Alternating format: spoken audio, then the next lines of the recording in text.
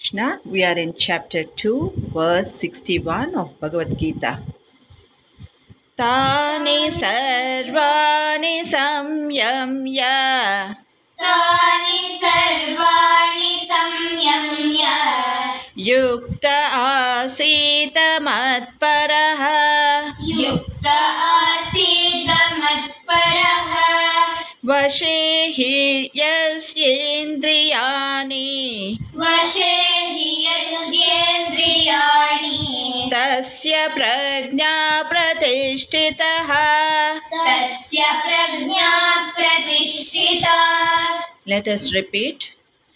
Tani sarvani samyamya Tani sarvani samyamya yukta asita matparaha yukta asita matparaha vashe hi yasyendriyani vashe hi yasyendriyani tasya prajna pratishtita. tasya prajna pratishtita. Hare Krishna, I am Sunita Sunil with you in 2-minute Mahabharata stories. Let us continue with chapter 2, verse 61 of Bhagavad Gita.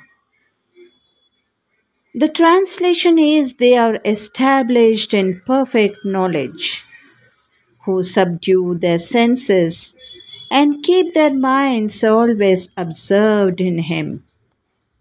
The meaning is, Yukta means united.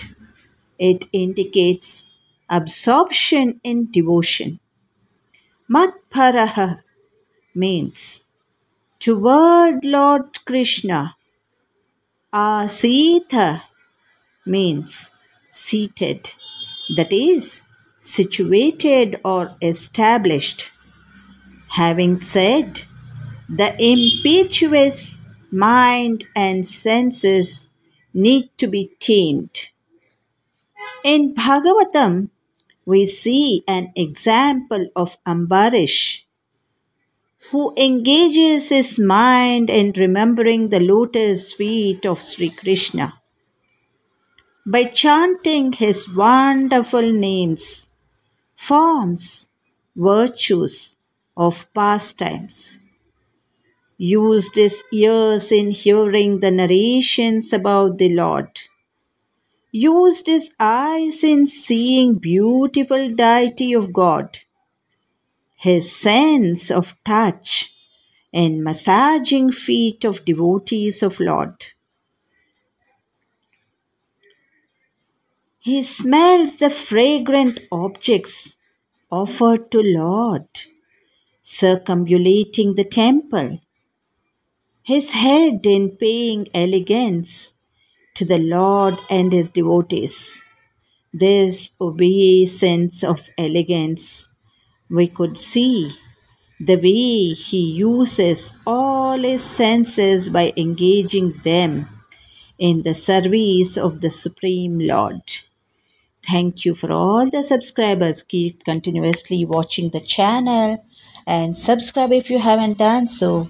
Give a like and a good comment. Hare Krishna. Good day to all of you. ಹರೇ ಶ್ರೀಕೃಷ್ಣ. ಶ್ರೀಮದ್ ಭಗವದ್ಗೀತೆ ಅಧ್ಯಾಯ 2 ಶ್ಲೋಕ 61. ತಾನಿ ಸರ್ವಾಣಿ ಸಂಯಮ್ಯ ಯುಕ್ತ ಆಸೀತ ಮತ್ಪರಃ ವಶೇ ಹಿ ಯಸ್ಯೇಂದ್ರಿಯಾಣಿ ತಸ್ಯ ಪ್ರಜ್ಞಾ ಪ್ರತಿಷ್ಠಿತ. ಈ ಶ್ಲೋಕದ ಭಾವಾರ್ಥ: ಯೋಗ ಪರಿಪೂರ್ಣತೆಯ ಅತ್ಯುನ್ನತ ಪರಿಕಲ್ಪನೆಯು ಕೃಷ್ಣ ಪ್ರಜ್ಞೆ ಎನ್ನುವುದನ್ನು ಈ ಶ್ಲೋಕದಲ್ಲಿ ಸ್ಪಷ್ಟವಾಗಿ ವಿವರಿಸಿದೆ. ಮನುಷ್ಯನಿಗೆ ಕೃಷ್ಣ ಪ್ರಜ್ಞೆ ಇಲ್ಲದಿದ್ದರೆ ಇಂದ್ರಿಯಗಳನ್ನು ನಿಯಂತ್ರಿಸುವುದು ಸಾಧ್ಯವೇ ಇಲ್ಲ. ಮೇಲೆ ಹೇಳಿದಂತೆ ದುರ್ವಾಸ ಮುನಿಯು ಅಂಬರೀಷ ಮಹಾರಾಜನೊಂದಿಗೆ ಜಗಳವನ್ನು ಪ್ರಾರಂಭಿಸಿದ. ದುರ್ವಾಸ ಮುನಿಯು ಅಹಂಕಾರದಿಂದ ಅನಗತ್ಯವಾಗಿ ಕೋಪ ಮಾಡಿಕೊಂಡ. ಆದುದರಿಂದ ತನ್ನ ಇಂದ್ರಿಯಗಳನ್ನು ಅಂಕೆಯಲ್ಲಿಡಲಾಗಲಿಲ್ಲ. ರಾಜನು ಋಷಿಯಂತಹ ಶಕ್ತಿವಂತ ಯೋಗಿಯಲ್ಲ. ಆದರೂ ಭಗವಂತನ ಭಕ್ತನಾದದ್ದರಿಂದ ಋಷಿಯು ಮಾಡಿದ ಅನ್ಯಾಯವನ್ನೆಲ್ಲ ಮೌನವಾಗಿ ಸಹಿಸಿಕೊಂಡ ಮತ್ತು ಇದರಿಂದ ವಿಜಯವನ್ನು ಸಾಧಿಸಿದ.